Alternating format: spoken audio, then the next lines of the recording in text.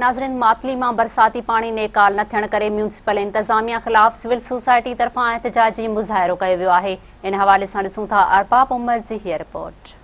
मातलीअ में बरसाती पानी हंध हंध ऐं घिटी घिटी मौजूद हुअण खिलाफ़ सहाफ़ी सिविल सोसाइटी ऐं शहरी रोडनि ते निकिरी आया। शहरियुनि ऐं सहाफ़ियुनि फलकारा चौक ते म्यूनिसिपल कमेटी चेयरमैन अब्दुरऊफ़ निज़ामानी ऐं म्यूनिसिपल इंतज़ामिया खिलाफ़ सख़्त नारेबाज़ी कंदे एहतजाज कयो। उन मौके ते मुज़ाहिरीन जो चवणु हो त कढाए पानी निकाल करे दे पर ॿुधण लाइ तयारु करे। हा, सिर्फ़ु इहे दिलासा असांखे ॾींदा आहिनि। हा भाउ तव्हां वञो, मशीन अचे बि पर यकीन कंदा हिकु महीनो गुज़री वियो आहे पर अञा ताईं मशीन न आहे पहुती। ऐं तव्हांखे जेकर तव्हां सां गॾु असां सां गॾु हलो तव्हां ॾेखारियूं केतिरो पाणी जमा आहे हुते। म्यूनिसिपल जे इंतज़ामिया पारां नाइंसाफ़ियूं ग़रीब आवाम सां कई वयूं आहिनि। हिकु महीनो गुज़री वियो आहे जेको शहर जे घटियुनि गलियुनि सरकारी स्कूलनि में जेको बरसाति जो पाणी बीठो आहे सो हिन वक़्त ताईं न कढियो वियो आहे।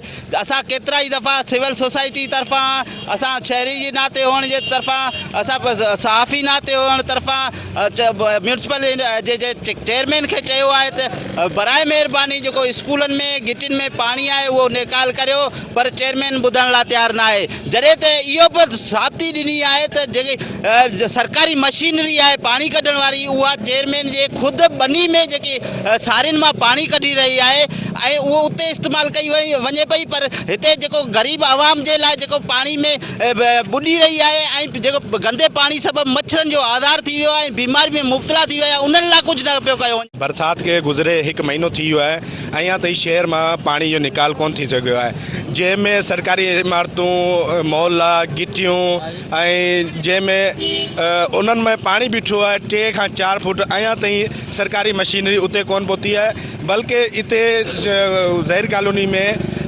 निज़ामानी चेयरमैन साहब जी बनी आहे, उते सरकारी मशीन इस्तेमालु बि थिए, उते उन बानी जो पाणी बि निकाल थिए। अञा ताईं गिटियुनि में सरकारी इमारतुनि में पाणी कोन निकितो आहे। सहाफ़ियुनि ऐं शहरियुनि जो वधीक चवणु हो त म्यूनिसिपल इंतज़ामिया अञा ताईं बरसाती पाणी निकाल न कराए सघी आहे।